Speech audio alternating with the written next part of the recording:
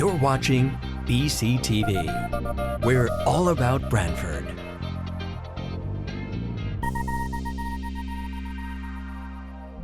You're watching BCTV, Brantford Government Television, a service of Brantford Community Television. This program is brought to you in part through the support of the town of Brantford. Good evening, everyone. Thank you for attending this evening's meeting. We're here today to present some of the updated strategies and process for the Route 146 Corridor Management Plan. My name is David Elder. I'm the project manager. In a few minutes, we're going to get started. I just wanted to take care of a couple of logistics, please. If there is an emergency, there are fire exits at both ends of the back room, down the stairs, out to the front of the building. If someone appears to have a cardiac event, there is an AED machine outside these doors right by the elevator. With that, we have a short presentation for you here tonight, followed by a question and answer period. And before we get started, I'd like to thank the Brantford Fire Department and the town of Brantford for allowing us to use the space. It's a beautiful space, so thank you very much.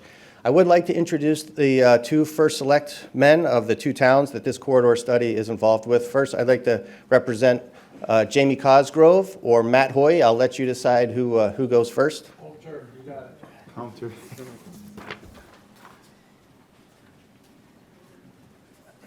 Well, on behalf of the town, I just want to welcome all of you here today.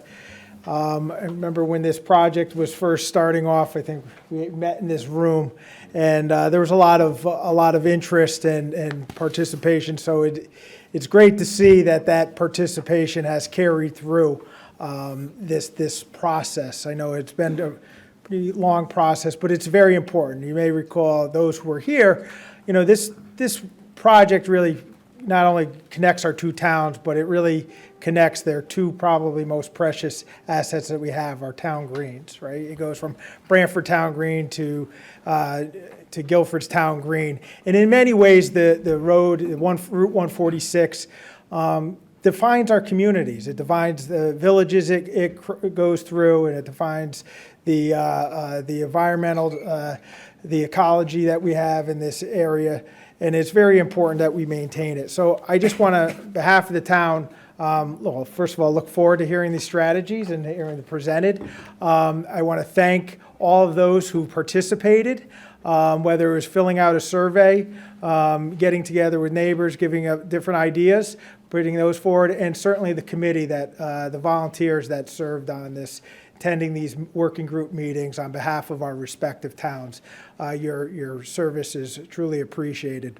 And, you know, from here, we know we have a number of issues we need to address around this Route 146. Both respective towns have heard of, there's identified projects. And in any way we can do that in a collaborative effort, myself and Selectman Hoy certainly will continue to carry on those efforts. So once again, welcome, and I'll turn it over to Selectman Hoy. Thank you. Thank you. Thank you, Jamie. And you're not supposed to follow a good speaker because you don't have anything left to say when somebody covers most of the topics. Thank you very much for allowing us all to participate in this process. It was several months ago that I think we were together at the community center in Guilford. And what I heard that night was a lot of optimism about the way the process was going. My hope is tonight we all walk out with that same feeling, that things are going in the right direction, the things we want to be considered, the things that we want to be protected, and the things that we want to happen will be covered in some form or fashion this evening so that we can walk out of here thinking we're going in the right direction. At the end of the day, that's what we all want. So I want to thank all the participants who have been on the committee for the tireless work you do. That is thankless sometimes, but because you have passion, you serve. And I want to thank everyone for your attendance this evening. And please do not be offended if I get up from my chair and leave, because I have to go back to the town for a Board of Finance meeting where they're going to take a haircut to the budget. So, and I don't have much left, but we'll figure it out. So, thank you very much to DOT for all the efforts that you guys are doing, and please don't be bashful. I know this audience won't be when you start to ask the questions. Thank you both very much.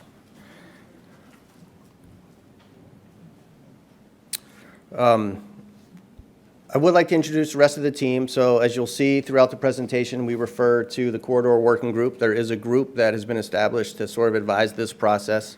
It's made up of representatives of both the municipalities.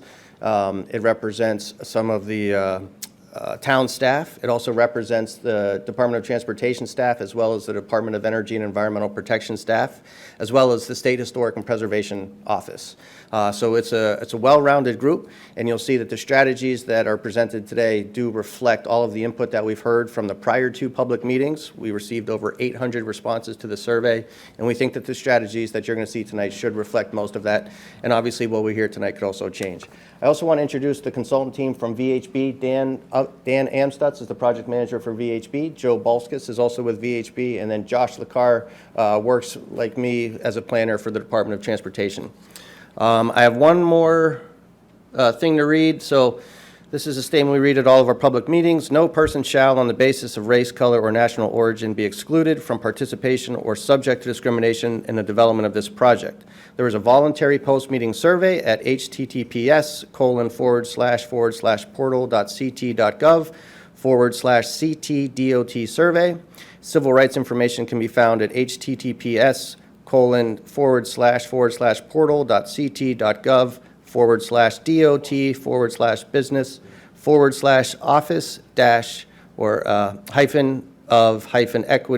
-equity/title- Roman numeral 6-page. A recording of this presentation will be posted to YouTube after the event. Closed captioning, including non-English translation options, will be available after the meeting. I'm going to leave this slide up for those who want to read our Title VI notice to the public. And with that, I'd like to turn it over to one of the working group members, Bob Yarrow, who's been instrumental in helping us get this far. So, Bob, if you could please come up. The floor is yours. Thanks, David, and thanks to Matt and Jamie for helping to launch this whole process. More than a year ago, I guess, we got started, and they've been actively involved since then. I don't have too much to say other than to thank ConnDOT and the consultants for paying attention to all of us. And I know, from long experience with state agencies that it's not always the case, but they really have been incredibly responsive. You'll see tonight that the draft recommendations and strategies that have come out of literally hundreds of large and small meetings with individuals and groups in both towns are reflected in these recommendations. So again, I think they've done an extraordinary job. So tonight, our job is to make sure that these preliminary strategies that will be presented tonight are consistent with our own thinking about what we need to do to preserve the special character, history, heritage, environment, quality of life of this corridor. And you'll hear a lot of recommendations that have to do with public safety for bicyclists, for pedestrians, for residents, quality of life for the people who live and work in the corridor, and so forth. And then finally, we probably have all noticed that this road has been flooding more and more frequently, and there'll be recommendations to deal with flooding. One caveat in all of this, and it's been a learning experience for Carol Lee, my partner on the Scenic Roads Advisory Committee, and myself, is understanding the management planning process at ConnDOT. This process, or the plan, will guide all future actions taken by the agency. There'll be recommendations for the towns as well, not binding on the towns, but recommendations for the towns to consider. But it does not include detailed design recommendations for whatever improvements or changes might be made in the roadway. So if you're looking for this catch basin being fixed or that sidewalk being repaired and so forth, that's not going to deal with that. But it's going to create a framework for ConnDOT and for the Scenic Roads Advisory Committee and for the towns to work together to make sure that the plan is implemented in a way that's consistent with the framework that the strategies that you're going to be hearing about tonight. And I think we'll hear a little bit more about the process, but I think the goal here is to have this process completed by fall, I guess is what we're thinking, right? And certainly in this calendar year. So there'll be, I think, opportunities for additional input as we move towards completion. But again, just want to thank agency staff and the consultants here for the extraordinary commitment that they've made. And they've been here at all of these meetings. They really have been participating actively and listening, and that's the most important thing. Thanks very much. All right, look forward to tonight's conversation. Thank you.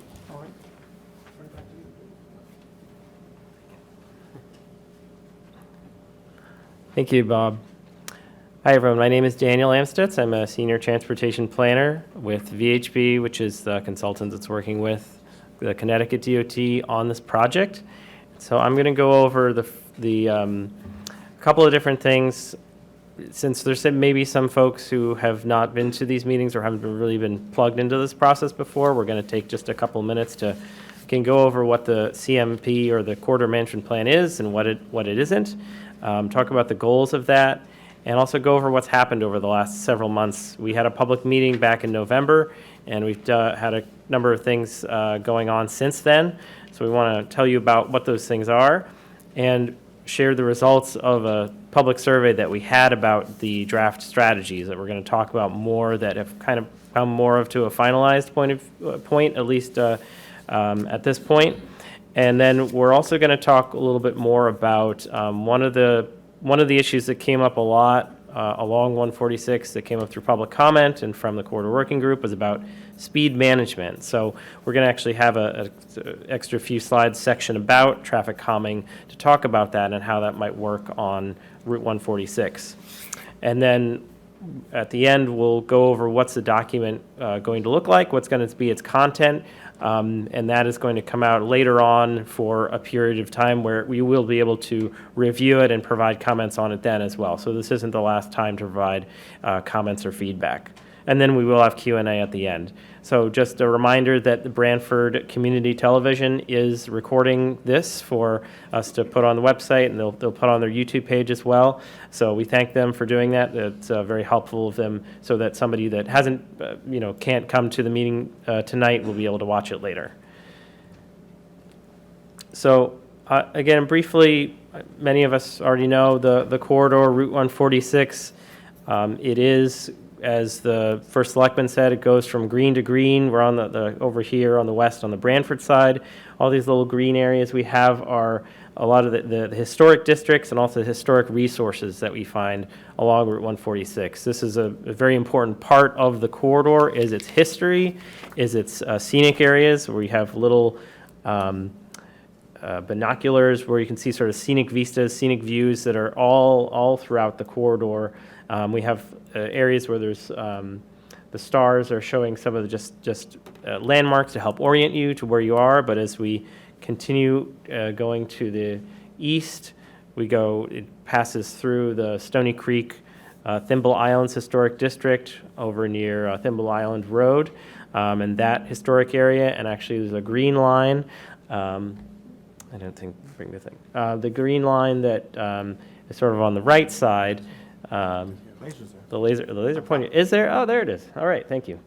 So the green line here, it starts around here. This is actually Route 146 has its own historic district that runs basically right along the corridor from the Stony Creek Historic District all the way over to Guilford, to the Guilford Green, which also has its own National Historic District and its own local historic districts as well. So that was one of the major themes, of course, was the history, the scenic nature of the road, that it's a really special road that people find, and whether you're walking or biking or driving along it, that's a really important part of the story of Route 146. And it is a designated state scenic roadway for all of its 13 miles, or nearly all of its 13 miles, serving several National Register historic districts. It's got a unique and historic connection between Brantford and Guilford. It runs through past historic homes, wildlife habitats, marshes, water courses, many scenic views, and it's also varying land uses. As you go between the more urbanized areas of the town greens, it becomes more rural, more residential in the coastal sections, and it has many curves and turns, and pieces about it that make it very unique. And it's a narrow road, so that sort of comes into play when it comes to talking about bike and pedestrian connections. It's got limited shoulders. There are a lot of people that do love biking along it as well. And it parallels the Amtrak high-speed railroad, which is significant in terms of the underpasses that are challenging to get through and under, and that also result in flooding incidents as well. So what we're doing with the corridor management plan is different from a typical Connecticut DOT corridor study. It's really more of a bigger picture document that looks more holistically about the roadway and the land that the road actually runs through and how these things interact with one another. These unique qualities when it goes over a bridge or a water course, or you can see a scenic view from it, all these really add up to a very unique and special experience of the road. And the idea of the corridor management plan is to focus on those things and say, how can future transportation improvements enhance this and minimize any impact, negative impacts to that scenic and historic nature. And providing these strategies for the future, which is what we're going to talk about mostly, is how we're going to do that after going through this process to say what sorts of things would we like to see on Route 146 for the future, again, while keeping that historic and scenic nature to it. There was a previous corridor management plan that was done back in 1996 for 146 and Route 77, and that vision really focused a lot on preservation, on the landscapes and open spaces, on bicycle and pedestrian as well, lower traffic speeds, a lot of the same things that have been coming up through this process. There was also a corridor study a few years ago that was started for the corridor to look at the existing conditions of the roadway, and starting to look at more of a traditional corridor study of what sort of things can be done to improve safety around the corridor. But a more comprehensive review of the corridor was requested as part of, again, going towards this corridor management plan, and this is where the Connecticut DOT moved to do this more comprehensive and bigger picture study. With these goals in mind around increasing safety, again, extensive community involvement, protecting those natural and cultural resources that are important, bike and pedestrian access, looking at flooding we know is a major issue, and with sea level rise coming up 20 inches in the next 30 years, how do we prepare better for that while also preserving the intrinsic and environmental qualities that make it really special. So what has happened in the last few months? So we had a public meeting on November 14th, and we presented the draft strategies for the corridor management plan, and we heard from people what they thought of these, what they wanted to see. We had a lot of comments. Almost half of them were really just about bicycle and pedestrian concerns, about sidewalks, about shoulders, about bicycle lanes, and how to help people to enjoy the roadway while still being safe, but also slowing down traffic. As I mentioned earlier, there's a lot of concern about speeding.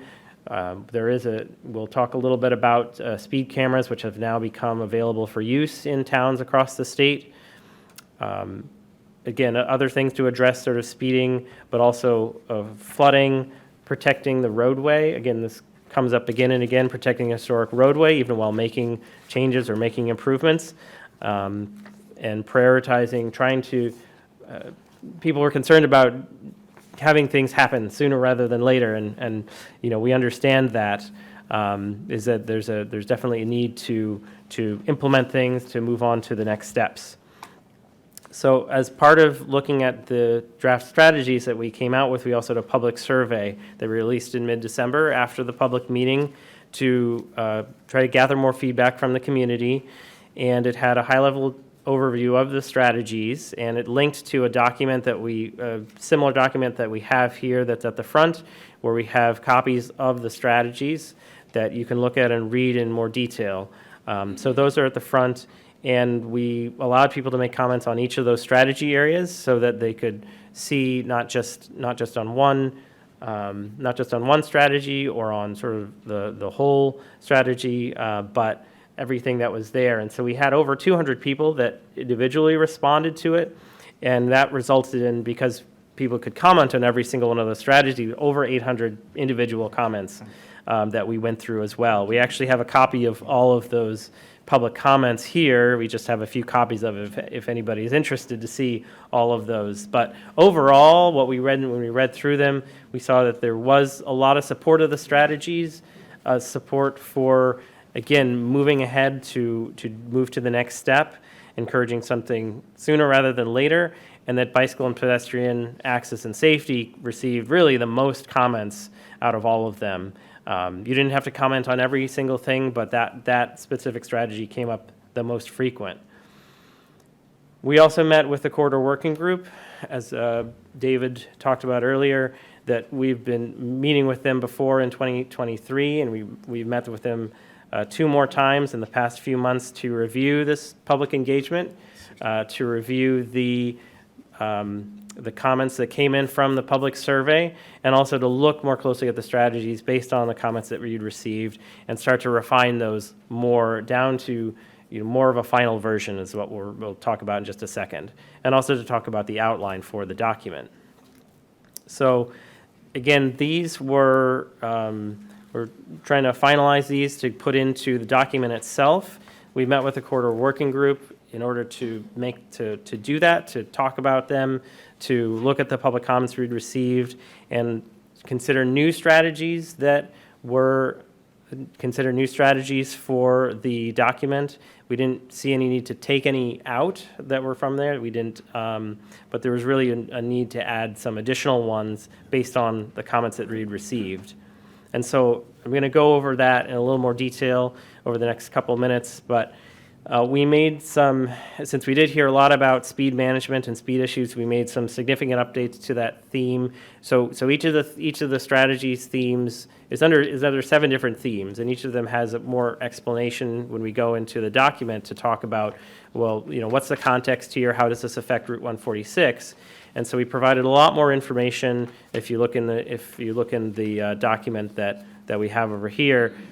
More on the speed limits. There are the speed limit in Brantford and Guilford are different. They're both on 146, but they are a little bit lower in Brantford than they are in Guilford. So we provide some information about that, and also more about the traffic calming, which again we'll also talk about a little bit later.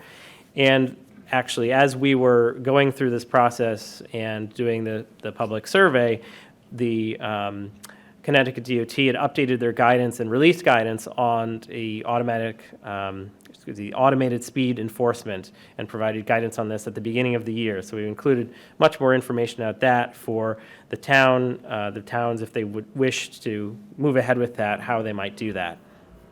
So we also recognize that we've talked a lot about how this is more of a higher level plan that doesn't necessarily specify where improvements would be made, but there was certain intersections. It is a 13-mile corridor, but a lot of the same intersection, a lot of the same places kept coming up as saying these are issues that should be looked at, or these are priorities that should be looked at, I should say. And so we called out some of those within the intersection location section of the strategies that will go into the plan. And we're also noted that there is a traffic study that the town of Guilford is doing around their green, which also includes Route 146. And one of the intersections there at Whitfield Street is one of the ones that's part of that traffic study. So there are things that are also moving on that will be part of the 146 corridor management plan. There were some updates that we made to some of the other strategies, and then we added 2 new ones after, again, more discussion with the corridor working group and through the public comments for a section at the end we have called environmental and historic preservation. And I'll talk about that in just a few minutes. So this goes through the different strategies. I won't read through the text of each one, but this one looks at reviewing flooding areas, looking at the evacuation routes. We heard about, and we continue to hear about issues with flooding that happens during tides, and issues about when being able to have enough information for when you get onto the road, are you going to run into an area that is flooded? And is there a way to provide better communication about flooding when it does occur, and how you can avoid it farther in advance of, when we might get stuck and you might have to turn all the way around. So that was something that came up, but we built further into the strategies. It's also, covered more by this A2 one. But the rest of these mainly stayed the same, about identifying issues at water bridges and culverts, to look further into that, and also some strategies for the railroad underpasses, which would be much more long-term in scope to look at. But again, we need to, starting from somewhere, these are some of the main priorities that we would like to make for the corridor. Going on to bike and pedestrian safety and access, a lot of this stayed the same. We heard a lot from people, again, that this was a really important part of making Route 146 accessible to everyone, and really none of these changed. We thought they all really covered what people were saying, but there was a lot of specificity with where people wanted different improvements where they need to be made, and it's something that needs to be done into the implementation in the next stage of things.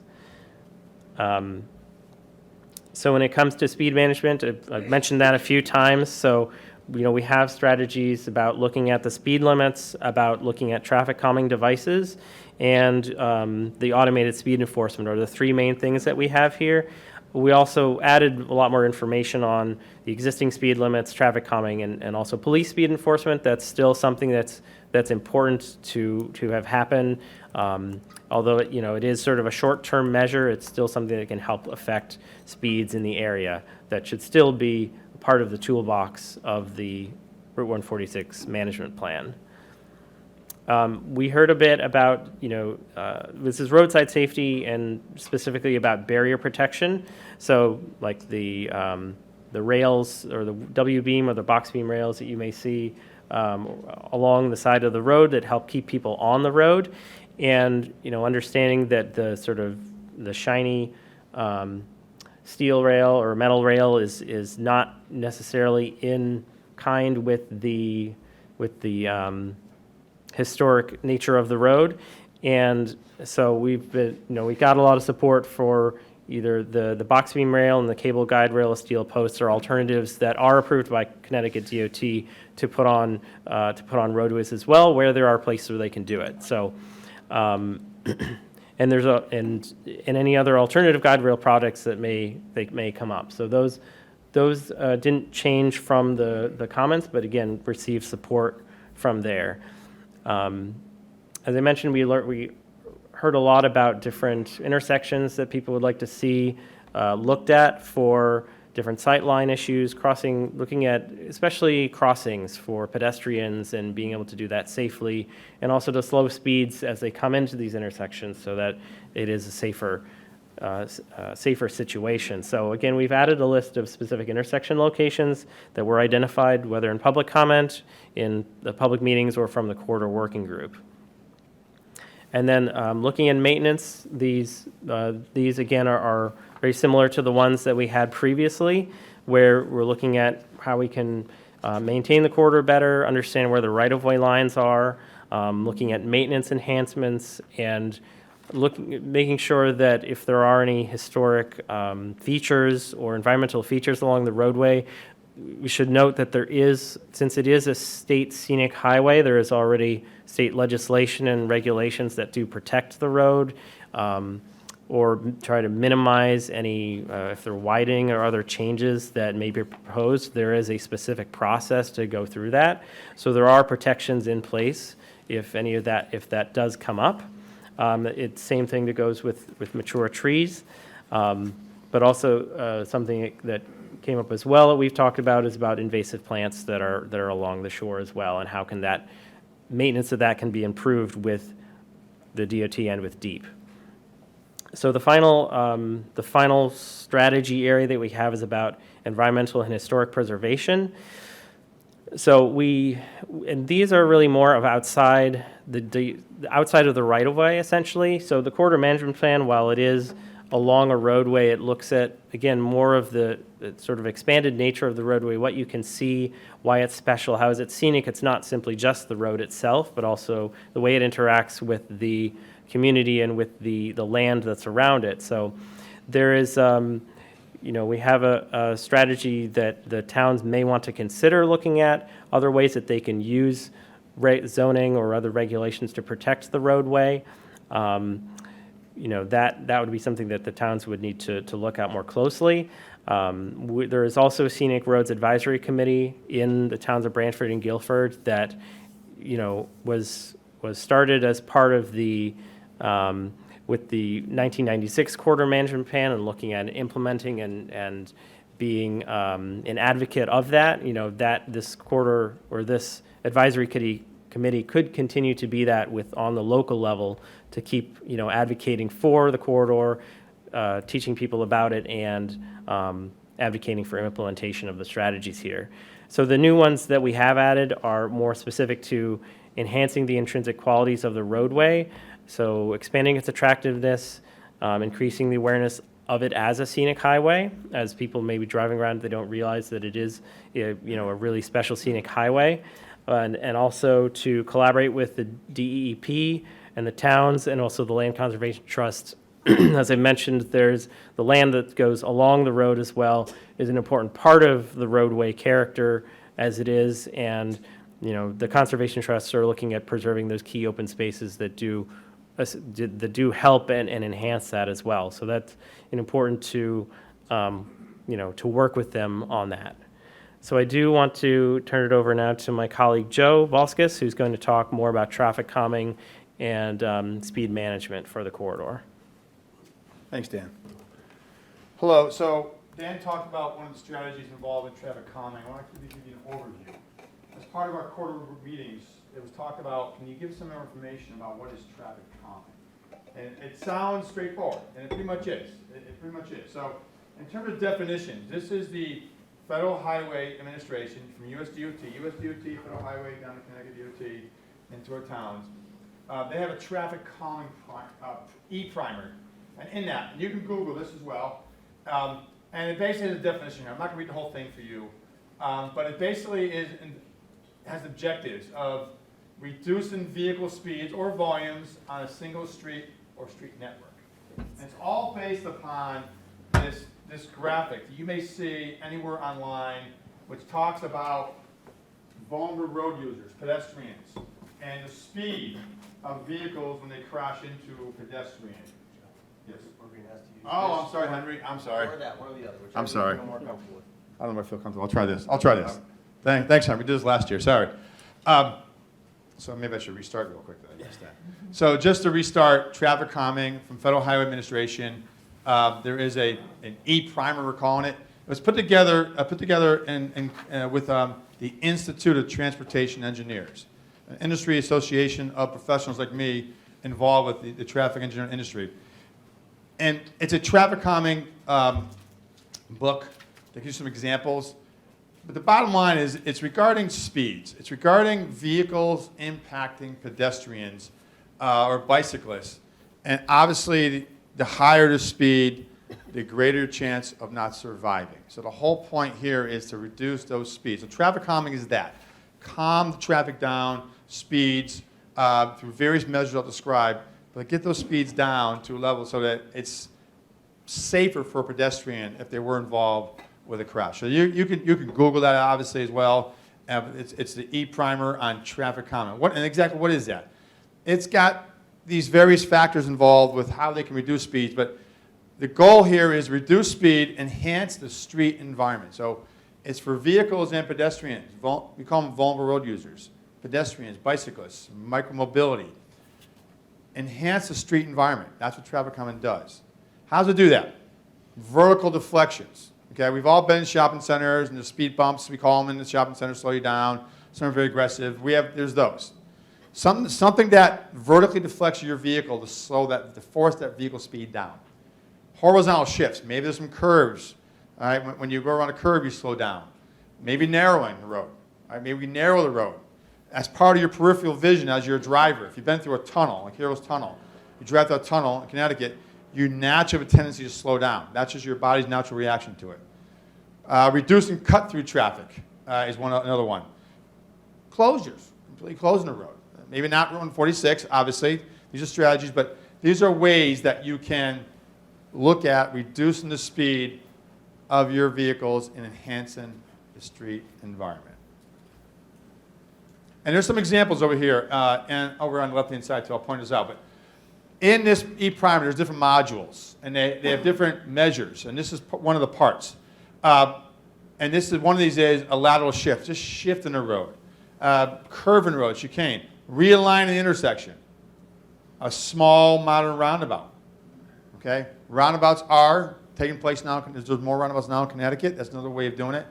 Maybe even mini roundabouts. These are some common measures that we are promulgated by the Federal Highway Administration.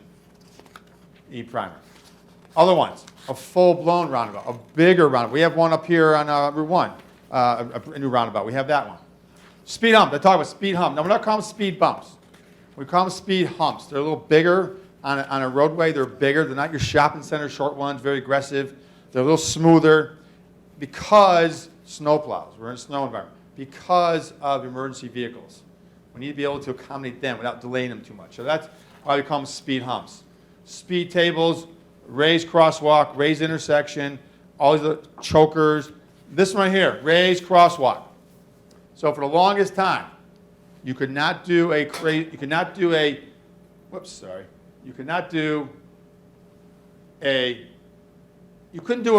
deflection of the road at State Highway. Okay? So last year, Connecticut DOT, new commissioner, things are changing a little bit, it looks like. We have a raised crosswalk on a state highway in New Haven, in front of the school. It's a pilot, and it's working out very well. It's in the news. You can Google that as well. It's in the news. There's a picture right here, right in front of Nathan Hale School, I think it is. I was there, actually. I should know that. But it's working. It's working. It's reducing speeds. Now, you can't use these in high-speed roads, okay? There's criteria that, as engineers, we have to fulfill to make sure we can do it. But in this instance, it appears to be working. The point being is that we may be seeing more of these once they have it. I'm not saying Route 146 is going to have these. I'm saying these are our strategies that we could be looking at in the future. But now it's a possibility. Now it's a possibility. Okay? More of these here, more measures. A median island, like in Madison. Route 1 in Madison has implemented this a few years ago, a median. That helps.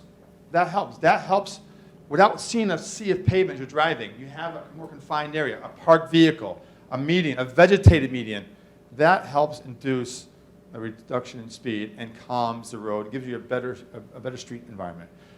On-street parking, believe it or not, does work. On-street parking is a traffic calming measure. It really is. And a road diet. What's a road diet? Road diet is you lose some lanes. All right? You have 4 lanes, and you go down to 3 lanes or 2 lanes. Okay? That's a road diet. There's a successful project in West Hartford that we did 2 years ago. 4-lane expressway, basically, 50-mile-an-hour speeds. We brought it from 4 lanes down to 2 lanes, and it's a runaway success. We added bike lanes on it as well. So it's a testament to road diets. You basically lose a lane. And they are proven safety countermeasures as well as traffic calming. Other ones here, local roads, diverter, the diverter road, full closure.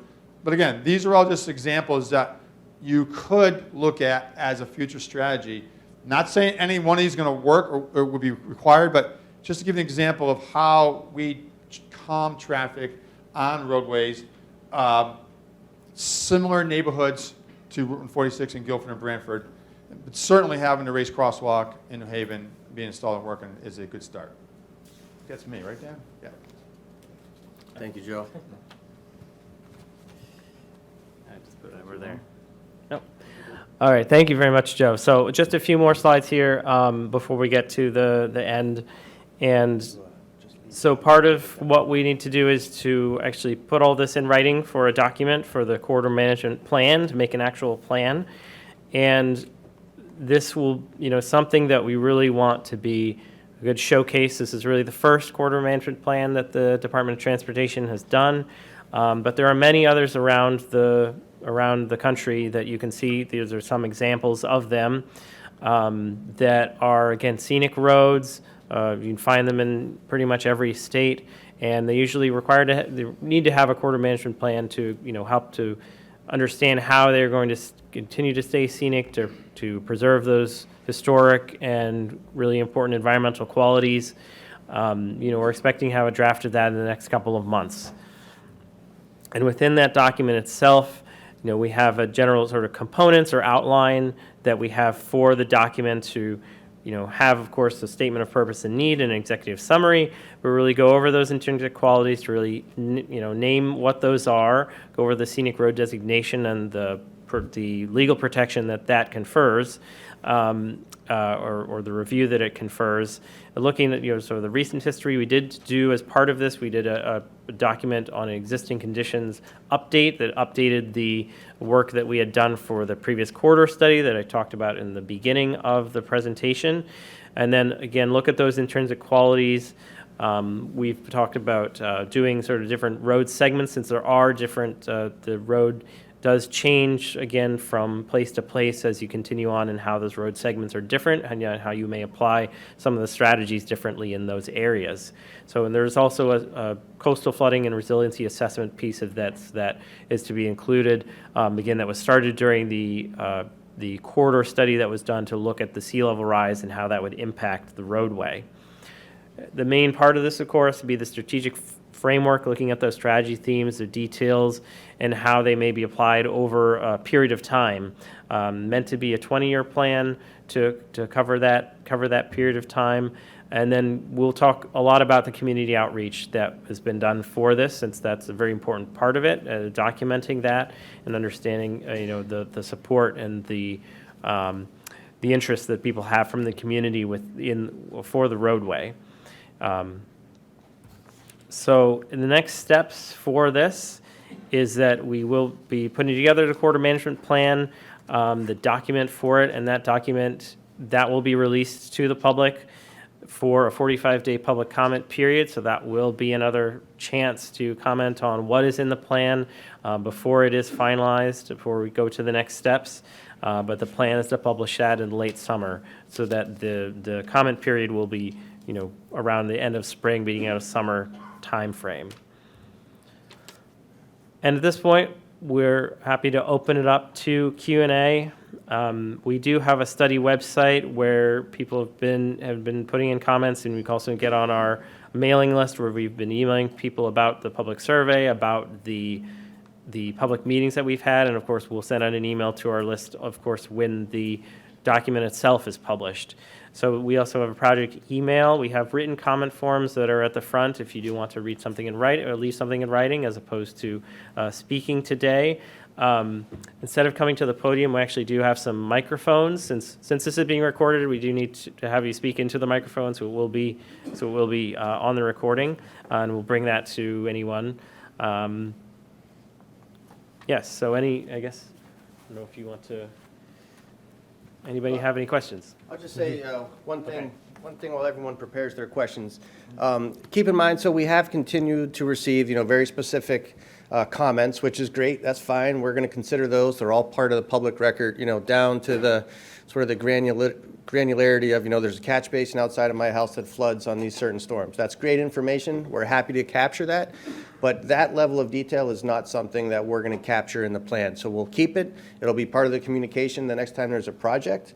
But just to reiterate, this is the first time in my career, and I've been doing this for 23 years, that I've been part of a corridor management plan. There have been two in the state of Connecticut done. One is on Route 169 in Northeast Connecticut, and the other one is the Merritt Parkway. Both of those have since been designated national scenic byways. That's an option. We could continue to sort of progress that and see if this corridor could be submitted for that. But the purpose that I bring that up is that it's different than a typical corridor management study. So we don't identify specific projects. But what we'll do is this is a state facility. The state has certain design standards that we apply every time we do a construction project. This corridor management plan is going to give us a set of guiding principles. So when we look at replacing a culvert, we might say, okay, we know that the communities in the state have agreed that preserving the natural historic character of this road is important. What can we do? What design alternatives or mitigating strategies can we do for this project to try to achieve as many of these 23 different strategies as possible? I was talking to someone earlier this evening. They said, we need a sidewalk right here. That's great. We've heard a lot, the need for pedestrian improvements and sidewalks, but what we're not going to do in this plan is identify exactly where sidewalks are needed. That's going to happen as we move through our regular development along the corridor of construction projects. So I just wanted to reiterate that. And if you do have a very localized concern that you're interested in, you're welcome to get up and say that. We'll keep note of it, but you're also welcome to stick around afterwards. I'll be around for a little bit, and you can come up to me, and we'll take your name, the address, and we can get some more information about that. I would say that what we'd really like to hear is if you've had a chance to see the strategies, if you think we got them right, if you think we're missing something, if you want to sort of put an exclamation point on something, that's great. We'd love to hear from you. And if you could, we're not at a town meeting. You don't need to say your name and your address, but maybe just your name and what town you represent. If you represent a town, would be useful. I am John Prince from Brantford. I wonder if you could talk to the issue of dynamic signage to alert drivers in a more direct way to the presence of cyclists and pedestrians along the way. So I don't know if you know what I'm talking about, the signs that you can't miss. And I know it may have an environmental concern, but it's not an infrastructure thing. It's just So I think I'll turn that over to our project engineer, the professional engineer who deals a lot with traffic. If he knows what those are, I can talk to them better. I know about RRFBs and advance notice. I do know that we have some blind corridors. The state does now have a program for, probably get this acronym wrong, retro-reflective flashing beacons. Rapid. Reflected, rectangular rapid flashing beacons, yes. And what those are, you've probably seen them on the greenways where the cyclist can press a button and it will start to flash. What we now have is if, let's say there's a blind corner and there's an intersection where people are crossing, I think of Moose Hill Road, cars are coming up around that corner pretty fast. Someone could press a button and the car below the corner would then know that someone was crossing that road. So that's an example, but that might not be exactly what you said. I think we're just asking about our variable speed signs is one, as well as potential for a variable sign indicating bikers on road, things that you're looking for, something like that. something that is a little bit more in your face. Surrounded, I've seen the stop sign that's surrounded by flashing. Yeah, lights. yes. It's Yeah. a little extreme for the environment, maybe, but we can come up with something along those. Those are things that could be part of the speed management strategy, where there's a need to further accentuate the traffic control device. That's something you consider as part of that, if that helps. Okay. John. Hi, John Hartwell, Brantford. On the RTM and Route 146 does go through my district, so I'm very interested in this project and would hope that people who are in Brantford or elsewhere want to reach out. That'd be great. One of my questions, I notice in here that it talks about a local traffic authority, which I believe is the police commission in Brantford. The people who set the speed limits and where there's going to be stop signs and crosswalks, et cetera. My question here is because this is a state road, could you talk about the who can do what on 146, for example, if someone wanted a crosswalk or a sidewalk or some sort of speed controls put in, would they be talking to the local traffic authority? Would they be talking to DOT? Would there be some kind of joint effort on that? So I'm just trying to get clarity here as to who does what. I'll start, and Joe, you can correct me if I'm wrong or just add to that, right? So it could be both. So it's a state facility, so we will maintain the speed limits. We will review the signage that's on the state road. However, we also do review any request that comes in from the local traffic authority. So it's not just the state setting the signage or the speed limits. This local traffic authority could also submit requests to the our Office of State Traffic Authority, OSTA, we call it, Office of State Traffic Administration. And there is new recent legislation that does allow the local traffic authority to propose a reduced speed limit from 25 down to 20, or from whatever it is down to 20 under certain circumstances, even if it's a state road. Thanks. Good evening. Virginia Corbiere, Guilford. And I have, of course, a list of questions. You've answered some of them. Thank you very much. I want to be sure that, first of all, that the public is very clearly notified. I wouldn't have known about this public meeting if it hadn't been for the Guilford town engineer. Thank you, Janice. And in any case, it hasn't made the headlines in any of our local newspapers. I mean, I know the issue of newspapers is a difficult one these days, and we don't have great sources for local information. But I would be interested to know all of the ways in which the public is going to become involved in this project, not just now at the first level of planning, but also throughout the project. In my experience, projects that are this large often have work changes that have to go on, unforeseen issues that come up, and oftentimes those have to be evaluated. Even the availability of materials can sometimes make a big difference. And I'd like to know how and where and when the public will be constantly kept in mind in the process, in the NEPA process of this. And NEPA raises another issue for me. In looking at the scenic byways, what I noticed is that the compliance in the list that you provided, or the one I saw, the only compliance concerns seem to be about signage.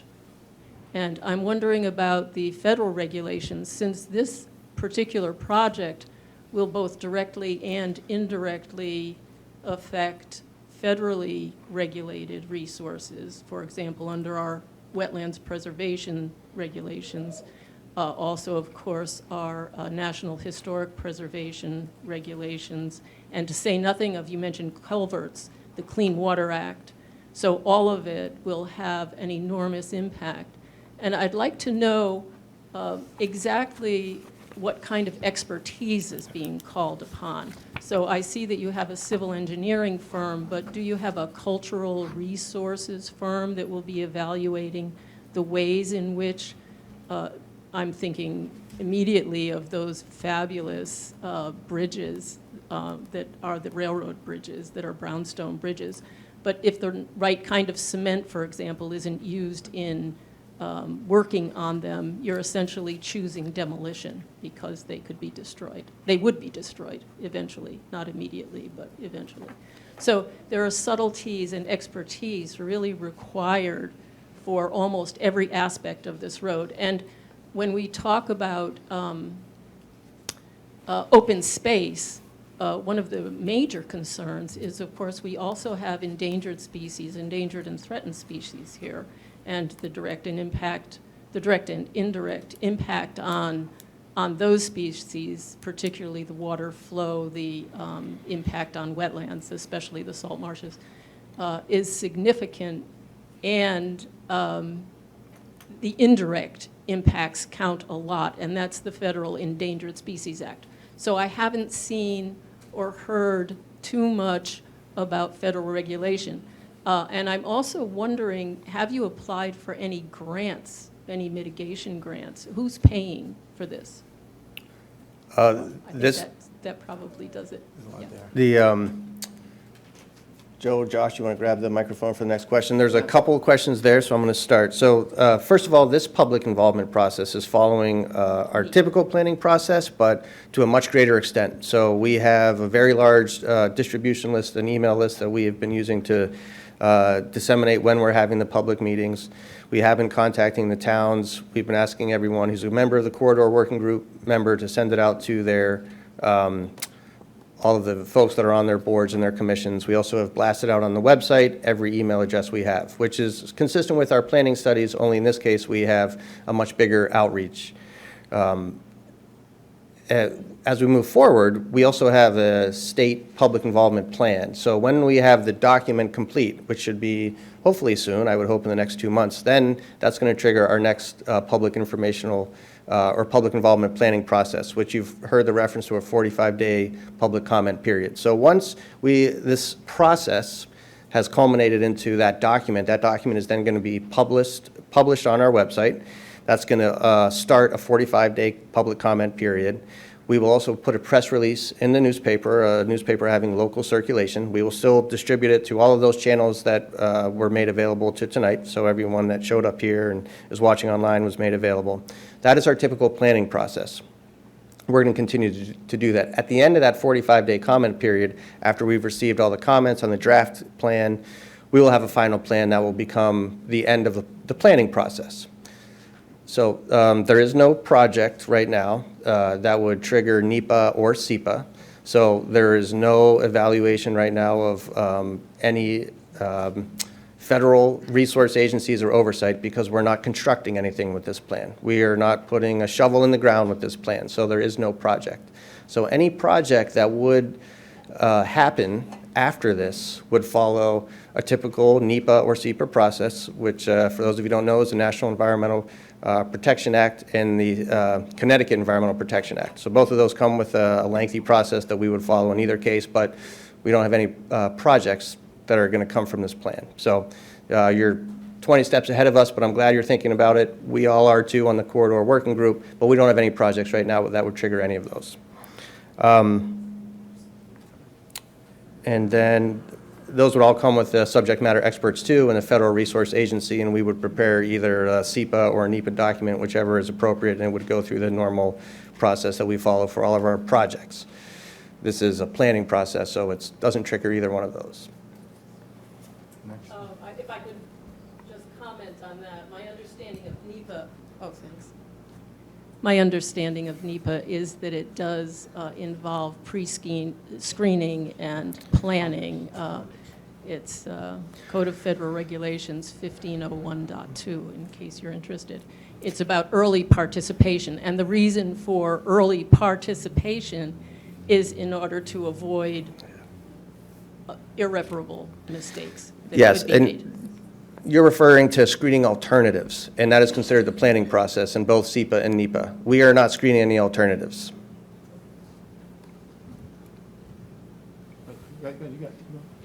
Okay, hi, my name's John Grathwall. I'm from Brantford.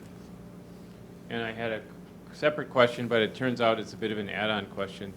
I just wondered if as part of the planning process, a compendium of federal grant resources could be targeted to the resiliency. I'm thinking more of the goal of flood and sea level rise management, because undoubtedly we expect additional floods. We expect additional sea level rise, and it gets complicated in terms of if you have a project that you want to do, and the folks on the ground in the town or the scarce perhaps resource at the state after a large disaster aren't schooled in the available funding sources, stuff does not get done. With available funding, just because there's no resources on the ground to access the funding in a timely fashion. And I know this is a planning guide, not looking to worst case scenario necessarily, but maybe there's some component of it that can just talk about developing resources, whether at the state agency or connecting to town resources to be aware of and access those funding sources when needed. And right now, I know there's a lot of funding out there, but this plan may be still being generated rather than tapping those funds for these projects that aren't yet identified isn't really a possibility. How do we make that available in some near future as a possibility, is all I'm suggesting. It's a good question. It's a good point. The most recent Transportation Authorization Act, the Infrastructure Investment and Jobs Act, created 26 new discretionary competitive grant programs, some of them focused on resiliency. So absolutely any project or planning product that we would want to produce on this corridor could be eligible. The department actually created a whole new grants program with its own new staff. So we look at the notice of available funding opportunities when they come out. We look at all of the projects that we have underway and all of the planning initiatives underway underway, and as we identify which ones are the most competitive based on the criteria, those are what we would usually put forward. Sometimes we also support a local or a council of government-driven application if we think it's the most competitive for the state. Whether or not this planning process is finished or not, if we were to see a good opportunity on this corridor for resiliency or sustainability project, we would absolutely apply for that. But yeah, it's not a bad idea. The team can certainly put together some of those 26 different potential grant opportunities at the federal level. We can do that.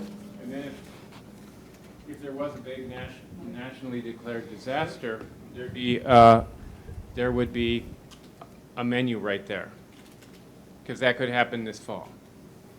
I'm not predicting that, but I mean, being ready for that, I think, would be handy. Thank you. My name is Lauren Brown. I live in Brantford.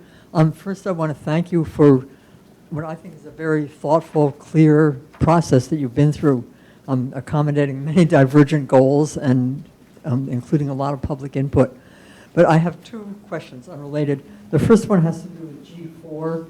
Collaborate with DEEP, towns of Guilford and Brantford, and Guilford and Brantford Land Conservation Trusts on preservation of key open spaces along Route 146. Can you elaborate on that a little more? Any specifics? So that one in particular, you got it? G4, right? It's the last one, yeah, last page. Page 15.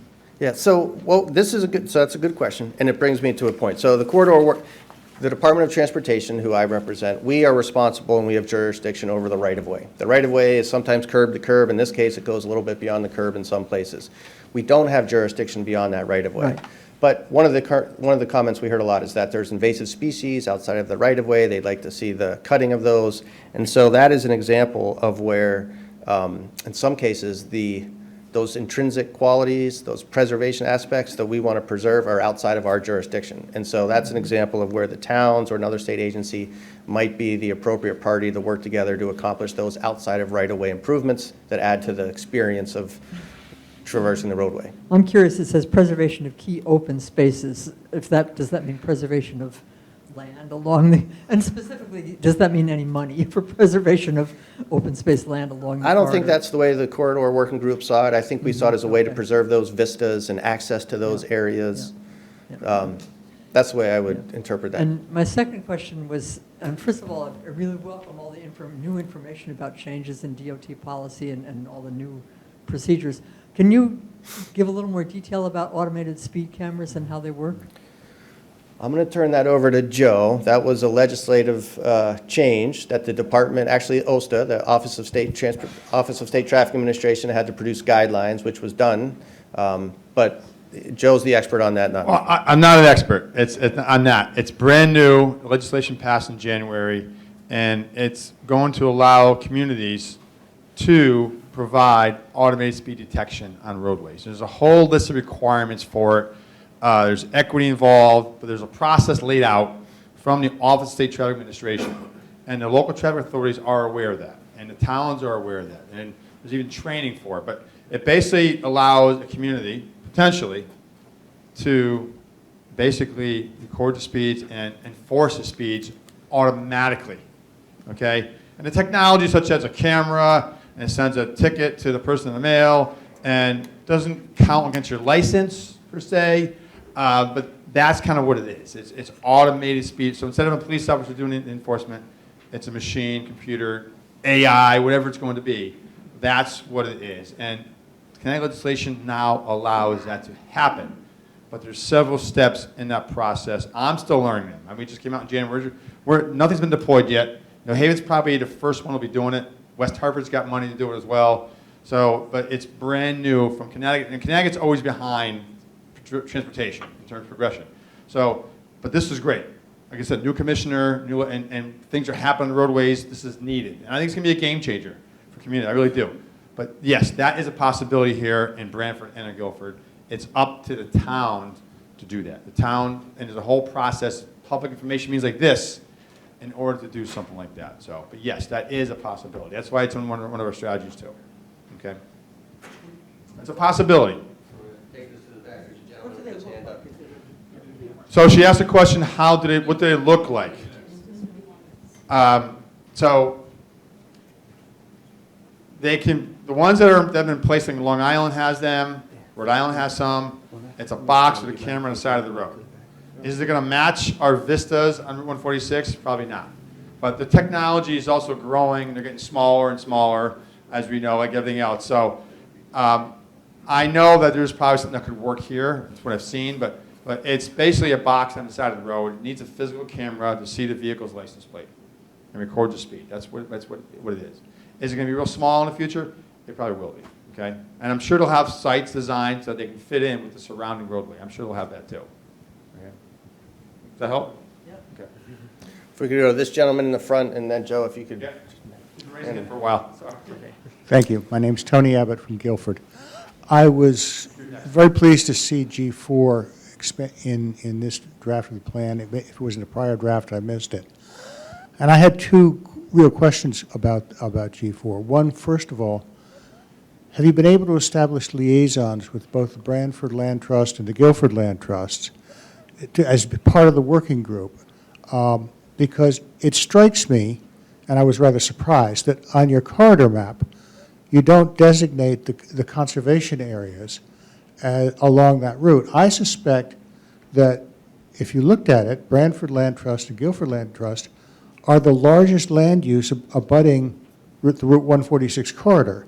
And access by the public to those conservation lands is going to be a road front event. So that it strikes me that having a good working relationship as part of the planning process with the two land trusts that control more land than anybody else on that corridor would be a good step to take at this point. Sure. There's no objection to doing that. We can certainly have mapping of all that area. We would.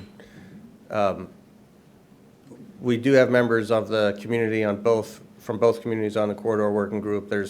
We would never restrict access to those, but it sounds like you're thinking of. I'm thinking about specifically reaching out to the two land trusts who are critical to the environment and historic nature of the 146 corridor. Sure. Thank you. Yeah. Yeah, it's a great idea. I think there's someone else who wants to speak to the same point. So. I'm one of those people. I'm Spencer Meyer, the president of the Guilford Land Conservation Trust. And I know we have the Branford Land Trust representative if Lauren wants to speak again.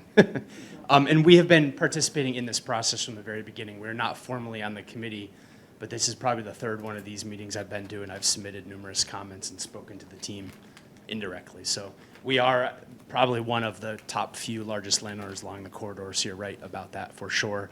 And I think Lauren's question about funding for open space, you said about protecting the vistas, there are places where the vista is at risk because of land that will be converted to housing.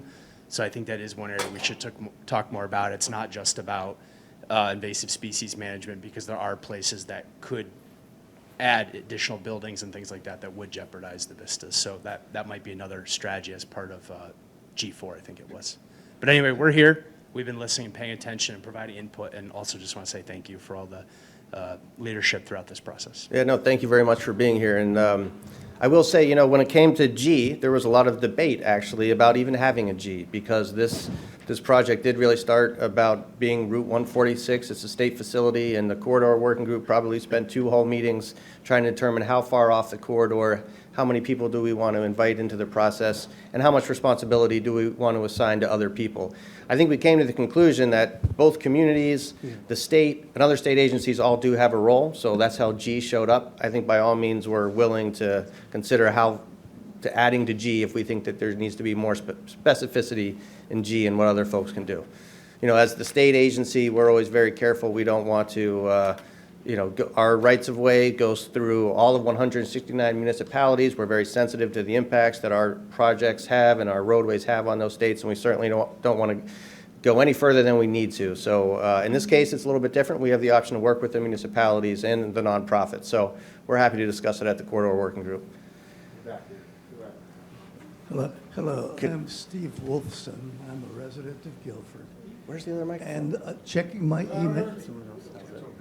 I just checked my email, and it's almost precisely a year ago that I pointed out that traffic coming around the curve at Moose Hill and 146 westbound are blind. And this is a real hazard. It was actually April 25th, 2023, when I pointed this out, and I was assured that action would be taken, but none has been taken.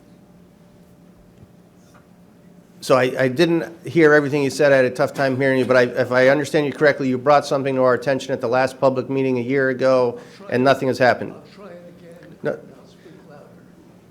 Almost exactly a year ago, at this meeting, April 25th, 2023, I pointed out that westbound traffic coming around the curve at the intersection of Moose Hill and 146 are blind, and they are a real potential hazard. I was assured that action has been taken. None has. So we have identified that intersection. It's in the plan as one of our priority areas, but I can tell you that the department had no intention of taking on a project at an intersection before the completion of this process. Yeah, and just real quick to add to that, we did, on our bus tour, we did go to that intersection, and we observed that as well, and we noted that, and that's why in our strategies, we updated our strategies to account for situations like that. So we didn't have an improvement, as David said, we're not doing improvements, but we update our strategies to incorporate locations such as Moose Hill Road, where we saw those conditions happening.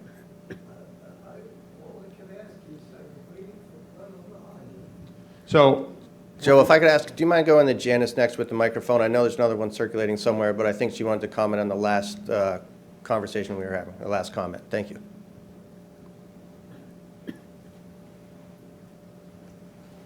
I just wanted to comment about the fact that in the study now we have the G4 and the mention of the land trust. And while maybe it isn't something directly for the highway, I think it's important to include these things and if it needs to be expanded on, but it is something that can be used in grant writing by the land trust or any other entity who's trying to do an open space grant, that they can reference the fact that this is an identified, purpose in this study, which can be helpful for, possibly obtaining future funding for land acquisitions for open space, because it is identified as something that should be protected in the study for the corridor. So I think to your point, it was something that we talked about a lot over. That's why we had 2 meetings instead of just one since the last public information meeting, was to try and really figure out how much we should try and identify off the corridor things like the land trust and open space, or even the overlay zones or things like that. So, but while it may not be something we will specifically do as, in the corridor study or through some funding through the federal or state highway, for the highway, it's something that might be able to be referenced in future grants. Thank you. Yeah, you're next, I'm sorry. Great, thanks. I'm Abigail Adams. I'm a member of the RTM. I'm from Brantford here. And I also just wanted to thank you for their report and for all the forms of collaboration that have gone into this process, including, in our own district, District 5, a Republican and a Democrat member of the RTM working together to get last year's road audit together. Tracy's over here now. I also I'm glad that our new commissioner of the Department of Transportation is unfortunately a member of a club that no one wants to be a member of, which is how many people in this room on bikes hit by a car, right? And that, he just brings a new perspective to the importance of that. And I would love to see this plan state more clearly how important it is for our state and this region's future it is to prioritize pedestrian, other non-single vehicle and bicycle transport, both for climate change and overall mental and wellness, health, and that maybe the corridor, this wonderful corridor, that's maybe should be the priority in it. So I add that. And I also don't want to go granular, South Monowese, but I do want to, I would love to see language in the sidewalk and pedestrian and bicycle section there that sets us a priority, installing sidewalks in sections which just seem to be a no-brainer, but there aren't any South Monterey's, but where the absence is baffling, for example, densely residential, or sections that lead to very popular fields and parks used by kids, so that families aren't getting into their cars for safety reasons. That's already taken care of, right there. And then a question that I have: I'm really interested in the speed tables and the raised crosswalks. Again, living in a section of Brantford where it is highly residential, and I'm wondering what the response is from emergency responders about putting those in the roads which they consider as their quickest access to certain areas. Thanks so much. Thank you. I can respond real quick. So, then we'll go back there. So I described the speed hump, speed bump design, if you will. So yes, that's always a conflict between health and safety. I always said I can never argue against a fire chief and police chief. Police chief has a gun, fire department has the health and safety. So that's always an issue whenever we're doing traffic calming, especially if it's on a fire route. And the context there is that how many speed humps are you doing? Is it a main fire route?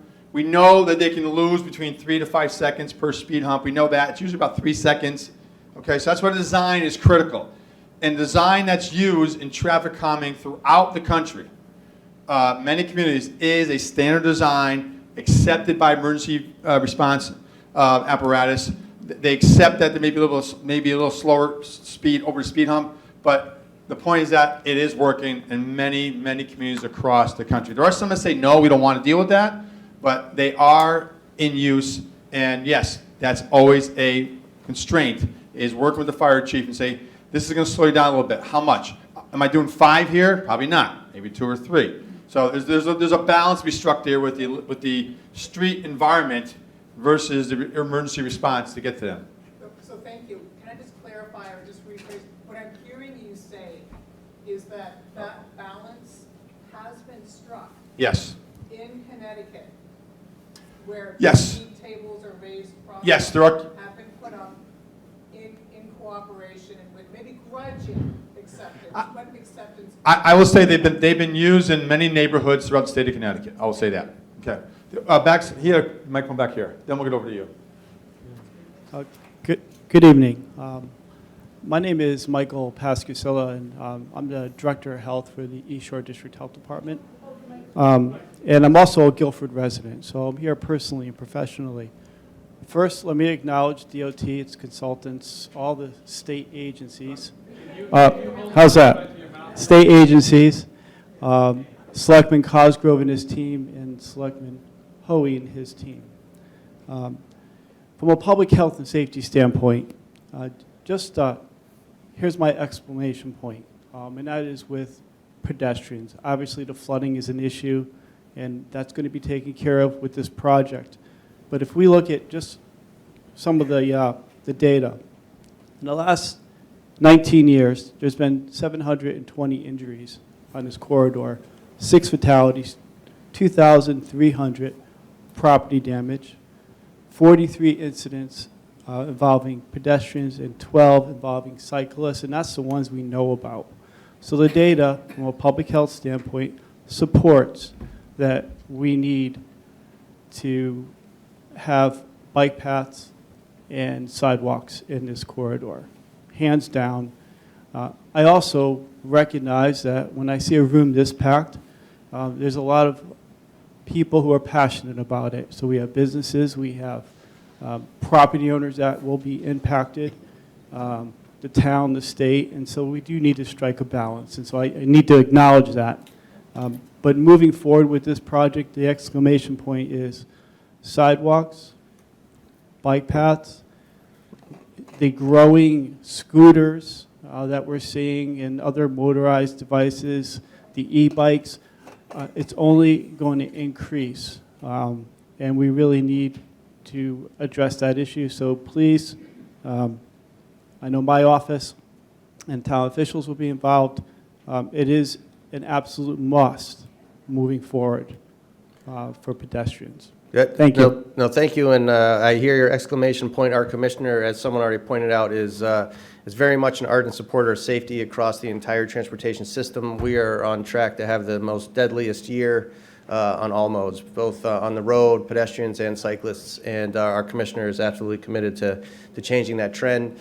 Since we started this process, the department has one of the first in the country. It's an engineering directive that requires us to include bicycle and pedestrian infrastructure in every project that we do. There's only one exception, and that exception, well, there's an exception process, but the exception can only be made by our chief engineer, and there has to be a good reason of why we cannot accommodate all of those modes for other users. And it is, we are fortunate to have the commissioner we do, who's very much, looking system-wide, and that it's unacceptable the amount of fatalities that are happening on the transportation system across the country. It's not just Connecticut, but we are trying to be ahead of the curve to the extent that we can. Hi, my name is Donna Leitch. I live in Branford. I actually live on Route 146, and the traffic is horrendous, as everyone here knows. And I'll just piggyback on the exclamation points made about the biking and pedestrians. Are you guys familiar with the Edgewood Ave in New Haven, the Edgewood Ave bike trail? What's amazing about it is the white stanchions that are in the road. They're not obtrusive, and they make the cyclists feel safer, and they make the cars slow down, because if you look at your cell phone, you'll veer into one of them and damage your car. So, I mean, I don't know if that's in the plan at all, or if you're not familiar with it, you might want to drive down Edgewood Ave in New Haven. It's really a really nice bicycle path, safe. I'm gonna defer to Joe on that. That is one of the facility types. Yeah, it's I actually worked on that concept, 8-9 years ago. It's called a cycle track, and basically it's a bike highway. It's protected bike highway. It's protected from other traffic. It's called a cycle track. There's flexible posts that are a buffer between the cycle track itself and the traffic. And is that appropriate here? I don't know. But the bottom line is that the studies do show that separating that bike lane from traffic is like a 50% reduction in bike injury. So that's the point, having a buffer between on a higher, and that's one-way roads too in some sections. So that's why we chose going with the buffer and the flexible posts. Hi, am I next? Yeah, you're next. I'm sorry. Can you hear me? Oh. My name is Kathy. I'm from Branford, and I also came to talk about, pedestrians and sidewalks. And my question is, I know this is going to come down the road, and I know this is a big thing on your agenda. And I appreciate everything you guys are doing. You're doing an amazing job. But I'd like to know, maybe when it comes down the road, what you're going to do about the whole sidewalk issue. But South Montaouise, I live on South Montaouise, and this area from, the fork in the road to Limewood Avenue, it's unique in that it's very populated. It's very populated, but also very curvy, and in many spots there's no shoulder. And it's busy because a lot of people, we have like 5 restaurants in this one area. And then we also have this beautiful new sidewalk that they put by the beach, and people want to access and walk on that, but there's no parking. You also have the marina, and people come without cars, and they want to walk to the restaurants. And also as a driver, I'm terrified driving in there in the summer because there's so many people biking and hiking, jogging and walking, where there's no shoulder. They're in the street. So it's a big concern. And I actually did, some research with numbers. And this year alone, there's been already 21 fatalities for pedestrians in the state of Connecticut. And since 2011, it's actually more than doubled. I think there, in 2022, if you count pedestrian and bicycle, there's been 80 deaths in the state of Connecticut, I believe, from some of the reports I looked at online. So I appreciate everything you're doing, and I think this report is fantastic. But what happens down the road when it comes time to actually, start doing these projects? You know, if there's anything, and I know, you know, like I really appreciate the fact that it's not going to be easy, you know. I mean, you know, people's properties go right up against it. There's telephone poles, and I know it's not going to be an easy thing, you know, and we really like appreciate that fact. But you know, we are, and also we, you know, those apartments, Parkview just went up, and there's an additional, like there's, I think an additional 17 units from what was torn down. So there's 67 units with people who, you know, low income, so they probably, you know, maybe not have cars and, you know, disabilities. So, you know, people with wheelchairs, there's no place for them to get anywhere. People with strollers, there's no way for them to get anywhere. You know, so, you know, I really appreciate you considering all these things, and I know you're really on it, and, you know, just, you know, that's just one of my concerns, and other people as well, I guess. And so thank you for listening. I really appreciate that you give us the opportunity to voice our thoughts. No, you're very welcome, and thank you for offering that comment. I think that section of roadway is the same that we did do the road safety audit in last year.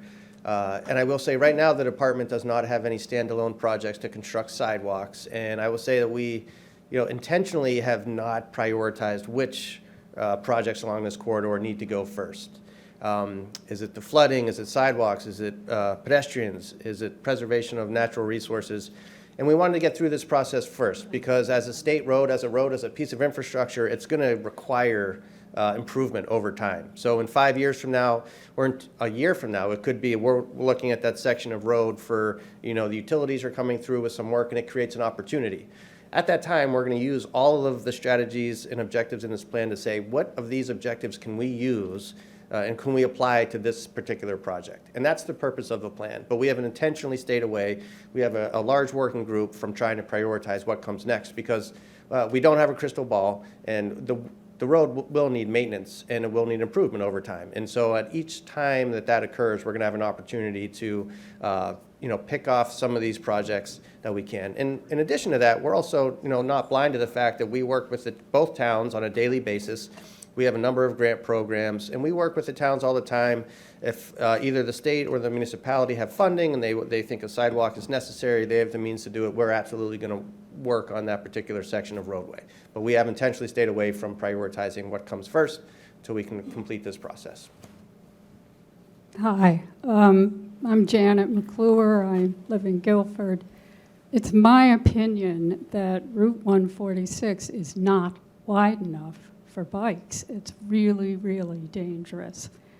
And I just don't see how you can make it safe. And you can't widen it. You've got 4 underpasses that are not stretchable. And it's private property on both sides, the whole length of it. But that being said, people are not going to stop riding their bikes on it. So the only thing to do is slow the traffic down. And I think the only thing that works is hit people in their pocketbooks, ticket them. In Woodstock, Vermont, they have a very low speed limit downtown, and they ticket you for going 2 miles an hour above it. Everybody knows it. Everybody drives slowly, except the tourists, and they're kind of like a fundraiser for the town. And it works. You know, if you make people pay, they will slow down. And I don't know what to do about the quarry trucks because they are too big for the road. But they did get there first, so they're kind of a problem. But I think you've got to put those cameras up, and the people that object to it, every doorbell has a camera now. Every store, every time you go under a toll, you're going through a camera. You know, it's a fact of life. The privacy left a long time ago. So let's you know, make some money and slow some people down and save some lives. Why not? Just my opinion. I'm Perry Maresca. I am economic development in town and also a resident of Brantford, and I live off of 146. And I have to say that I do agree 100% on preserving as you see things. There's a lot of open space land the Land Trust has all along Brantford. Some has limited access to 146, and some has great access. As you look at a certain area of the road, I totally agree. We need to work on that and make sure that all that is preserved. Coming from some of the other comments, I can't agree more that attention needs to be put at the South Montauk Street, especially from the intersection of Indian Neck Avenue down to Limewood. That is heavily trafficked by people, bikes, vehicles, everything. There are a lot of businesses there, and coming from the business aspect, we want to make sure that everyone is safe. We want to make sure that everybody can go to those businesses and travel safely. There's areas there, especially, again, someone had mentioned the new apartments that were built. I just came out of Sliney Field this afternoon and thought the exact same thing. We need safer sidewalks here going down by the Elks. Those are all activities that happen and that bring people. So if we're doing anything and we're setting priorities, these are one of the things you want to keep an eye on for that purpose. So please, let's keep that in mind. And then also in one of the reports about this time last year, it talked about the Atlantic Wharf project and that it was tied up and not sure what's going to happen there. That is going forward, and they are realigning the road. So if part of the process comes of we're working on something over here, that is going to be worked on. So that might be something that all of a sudden brings it to the top or the bottom of the list, because we may or may not have to do something based on what they're doing. So thank you. Thank you. So, someone did just alert me, we are at 8 o'clock. We're not going to end just yet, but I want to make sure everyone who hasn't said anything yet gets a chance to speak, and then we'll go back to folks who already have.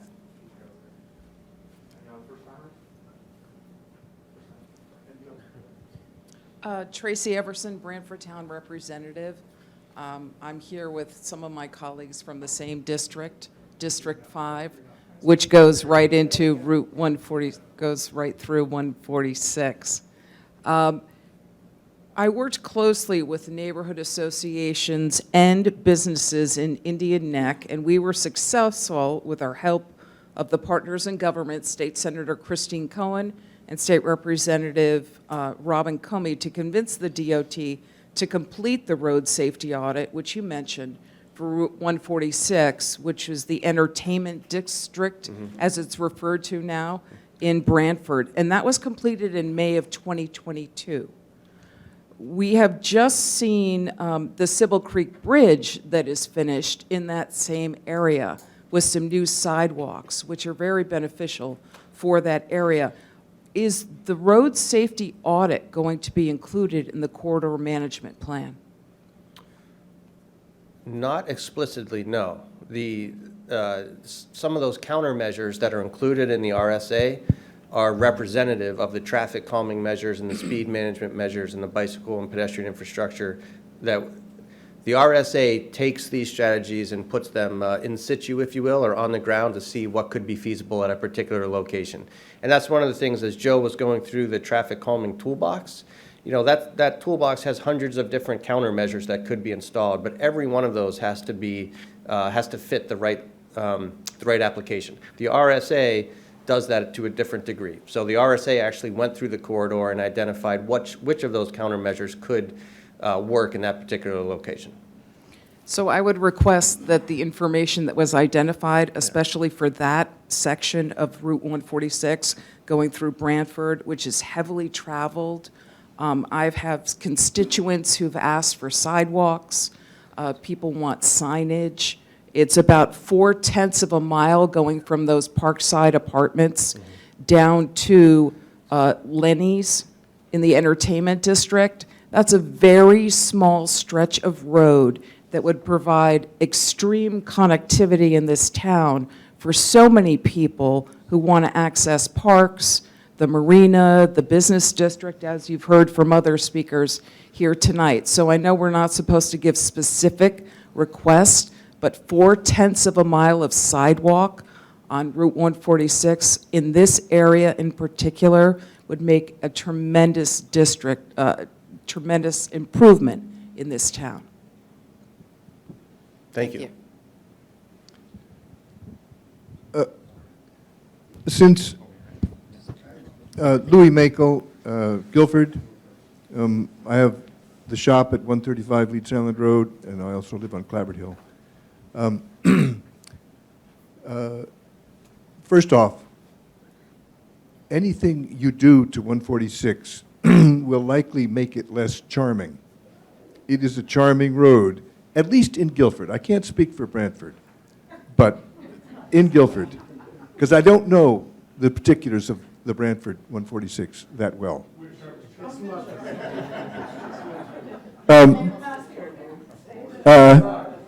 And so I can easily imagine flood mitigation, et cetera, happening in the parts of the road I know, which will raise the scale or the impact of the road on the environment immediate to it. And I just urge caution about, say, at the Crabbing Sluice, building a bridge that is going to open all of that up, because the scale will jump up, and the speed also will jump up unless you can stop it with gizmos. The other thing, there's a lot of other things, but the other thing on my mind is, can the road not be 10 foot wide instead of 11 foot wide? Because the bike factor is big, and the shoulder is tight in many places. And I know that it is a truck route, etc., and that those are supposed to be 11 feet. But this is a unique truck route, obviously, and the shoulder, if it were a foot wider, would help a lot to providing some kind of safety. There's also then, of course, the maintenance of the shoulder. There should be a shoulder czar for 146 who pays particular attention to just that, because there's encroachment of dirt onto the shoulder in many places. A good one is at Medlands, where there is essentially no road beyond the white line. So the bike person coming up that little hill or going down it is essentially in the main traffic lane. That's about it. All right, just thank you. One quick, I think it's important, you actually hit the nail right on the head as to why we're here. So you're right, the road is going to require improvement and maintenance over time. And that is what created the initiative of why we're all here. So how can we do that in such a way that we don't increase speeds and we don't, negatively impact the intrinsic and present and very documented, real historic qualities of the road that make it a place of historic significance. So that's exactly why we're here. We're working through that process. I think we've come a long way from where we started. And then the other question about the 10-foot lanes, that has been brought up before. The corridor working group did look into it. We did talk to our folks in the Division of Traffic. We do have delivery vehicles on this corridor, as well as quarry trucks. In both cases, those mirrors stick out 10 foot 6 inches. So we could not reduce down to anything less than 11 feet on this corridor. We did look at that. It's a good suggestion, but it's not one that we're blind to. My name is Donald Priest. I'm a proud resident of Brantford. I live on the South Monowee stretch of road. I just wanted to make sure that people of the Planning Commission had taken into consideration that the Brantford wastewater treatment facility is fed in from 146. We have trucks rolling early in the morning and dashing to make that 3 o'clock closing. And they're big, they travel fast, and they're heavy when they're coming in. Just want to make sure you guys were aware of that. No, thank you. That's a very good detail, and thank you for bringing that up.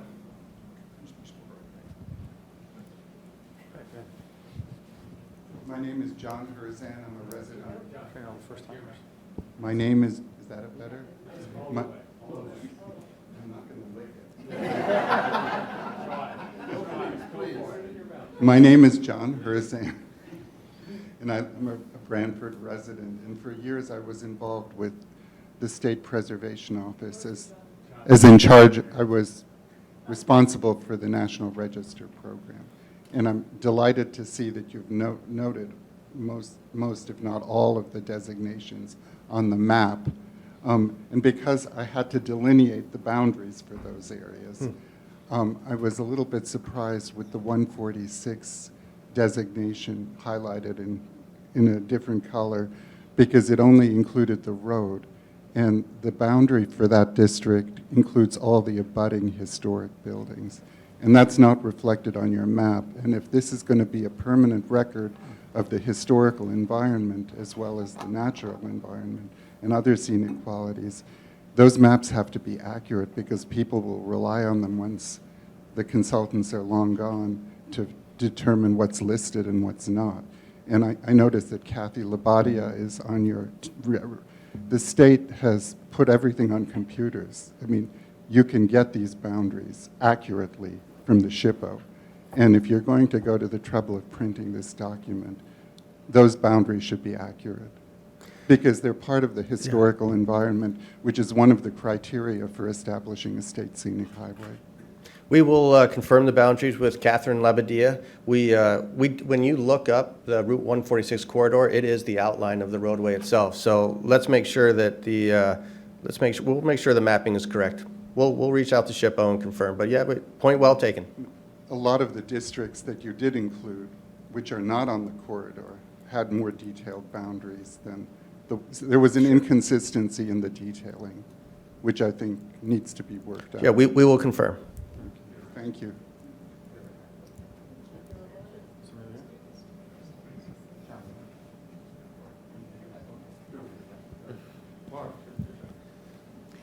Good evening. My name is Laura Francis. I am the Deputy Director and Director of Transportation Planning at South Central Regional Council of Governments. And I thought I would take advantage of this lovely group that is so concerned about safety to maybe make a shameless plug here and a request. So tonight we were talking a lot about engineering and infrastructure changes and improvements that can be made to help improve safety. But there are risky behaviors, driver behaviors, that cannot be fixed by those. And I'm talking about distracted driving, impaired driving, older driver, younger driver behaviors that are the cause of about 40% of the crashes in our region. And last fiscal year, our agency received a grant to fund a full-time highway safety officer that would go in each and every one of our 15 communities to help promote and bring awareness to these risky behaviors and try to change that. Unfortunately, we have not been able to hire anyone. The position comes with a full salary, benefits to go along with it. So we're looking for someone who is passionate about improving safety in their community, good speakers. It could be someone fresh out of school that has those skills. It could be retirees looking for a retirement income, or anything in between. So please contact SCROG if you know of anybody that is interested in filling that position. And thank you for letting me take the time away from this very important conversation to talk about that. Well, it is a grant-funded position. The salary is $60,000. And again, it comes with full benefits. So like I said, it might be good for someone starting their career, or maybe someone who needs a supplement to another retirement income. Okay, thanks. Literally taking my hat off from the Land Trust now, just speaking as someone who lives very close to 146. You've said a few times, you've made the point that the plan is so that when there's opportunities down the road, like something needs to be paved anyway or something needs to be fixed anyway, you'll look back at the report and see what can be done at the same time. I'm curious if you could talk a little bit more about implementation of some of these things, because in the couple of years that we've been talking about this, including the precursor study, 2 different cars have come around that Moose Hill corner that we've heard several times mentioned, damaged our land trust property, and been very serious problems, right? And luckily there weren't people there at the time. That's just one incident. But the plan itself doesn't actually accomplish the action, right? It's the action that matters. So I'm wondering if you could tell us more about what the process will be for implementing the prioritization that you very purposefully avoided, as you've said.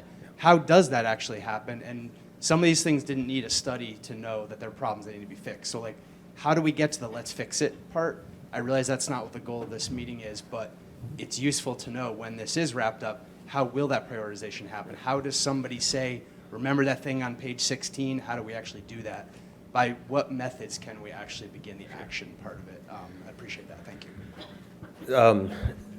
So, thanks for throwing me right in the pool to come up with this. But, so we have, one of the things I've been saying all along, someone else brought it here today, is that, there's going to be priority intersections. Some of them we've already identified. And the other one, and I forget who said it, there's places along the corridor where you have pockets of communities, sometimes with children on their bikes, maybe families with strollers and small children, and they're crossing the road to get to maybe a beach or an open space or a park. And, in my mind, and there's areas near both greens where you have a critical mass of pedestrians, right?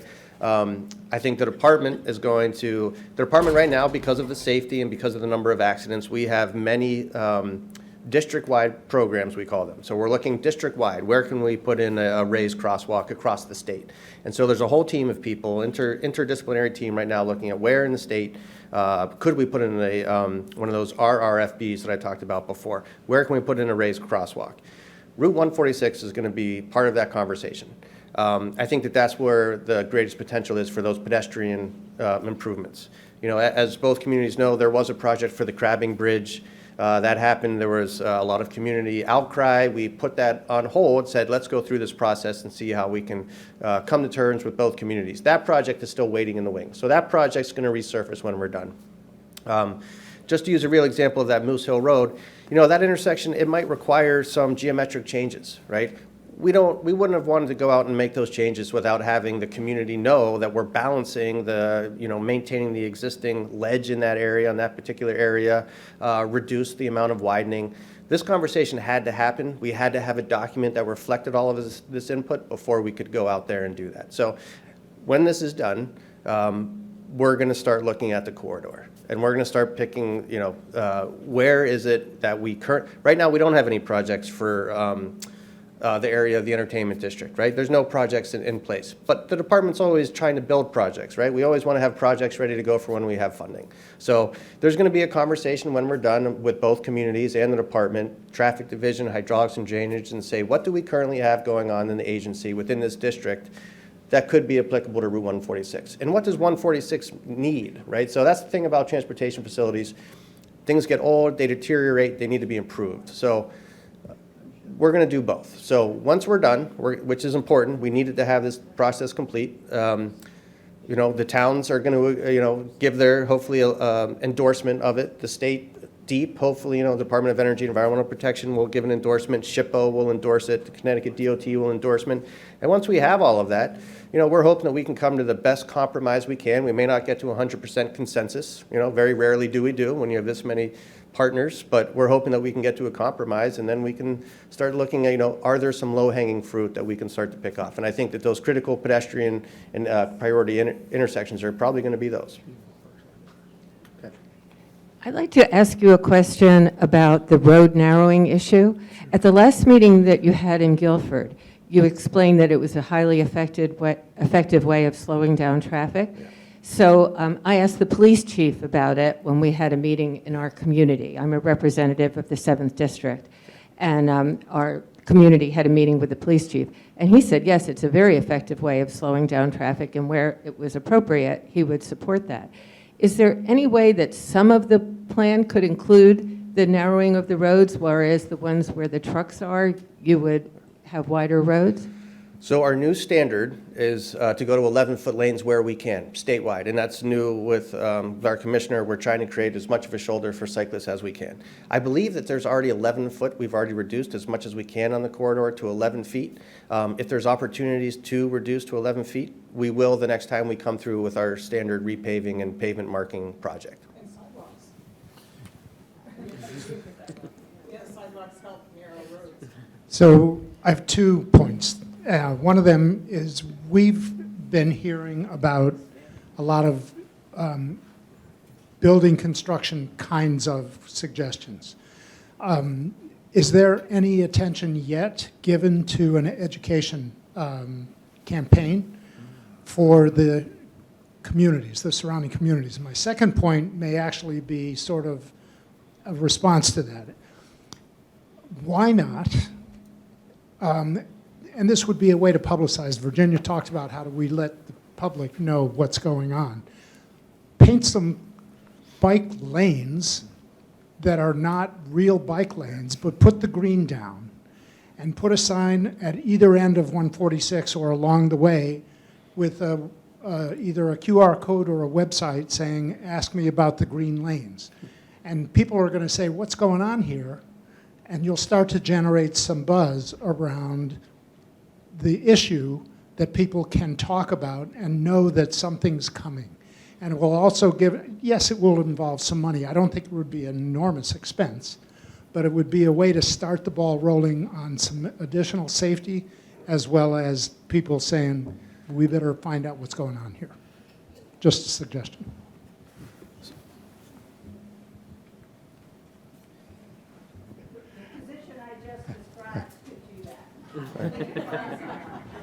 There is a lot of materials available through the federal government and state government, canned programs, if you just have somebody out there to deploy them.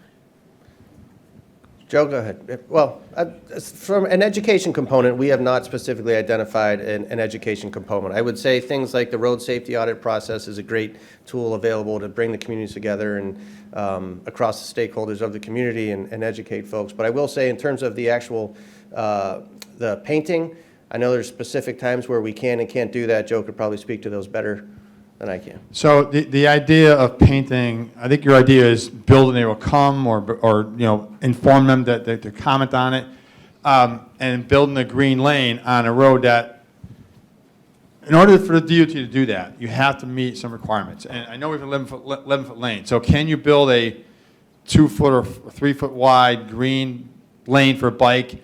And that's essentially sharing with the vehicle. So I have never seen that done. I have never seen that done. On a town road, you certainly can do it, but I've never seen it done on a state highway. Is it possible? Of course it's possible. But from a liability standpoint, I don't think I would see that happening in our lifetime in terms of just painting it down. So just to be clear, I certainly understand the idea. I absolutely understand the idea, is to bring attention to it. And maybe there's other ways to do it without sacrificing the safety of the bicyclist as well as the driver. So I do want to say one thing. A retired DOT traffic engineer told me to say this, so I'm going to say it. You looking for a job? If you have a specific project that, you know, or problem intersection, talk to your local traffic authority. The gentleman in the back that was asking about Moose Hill Road, he said, I didn't know that, thank you very much. He's left, but talk to that local traffic authority, your police chief. That's your first thing you should do as a resident if you have a traffic problem on a state highway, is do that. Do that first. Start that process first, and then go from there. The LTA can then talk to the DOT about the OSTA, that we have an issue, a complaint, blah, blah, blah. They will respond to it. The DOT is responding. How? I don't know, but they will respond to those issues. That I do know is happening. The second thing is also funding. A lot of these issues you're talking about that we've heard can be funded. That goes to your local representative, may go to Laura at SCROG, may go to DOT for funding for an actual project. This will set the stage for a lot of that. But if you have something that's immediate, that's something you can do. Let's take 2 more questions, and then if we'll stick around for anyone who wants to stick around and talk further. Hi, I'm Barbara. I live in Brantford, but I own property on Moose Hill Road. And to that gentleman's concern, going west, there's a straightaway. People are on 146 going 50, 60 miles an hour. By the time you make that little slight curve, you're at Moose Hill Road. Maybe there's something you could do about that straightaway that would slow people down before Moose Hill Road.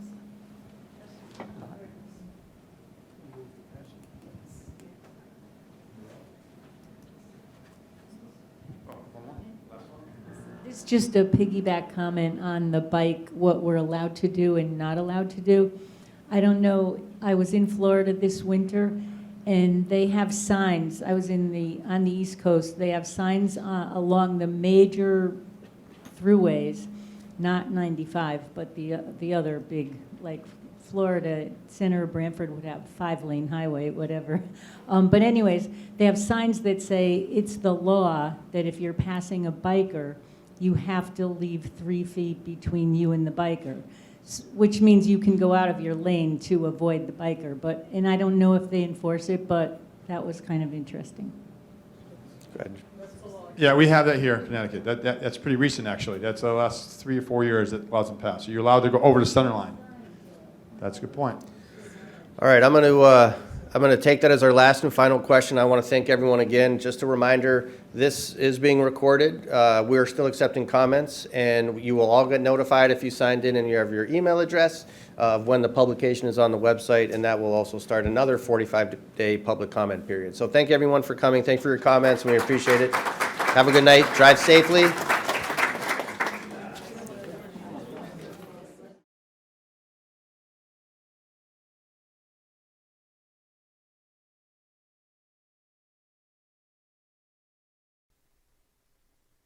This program was brought to you in part through the support of the Town of Brantford.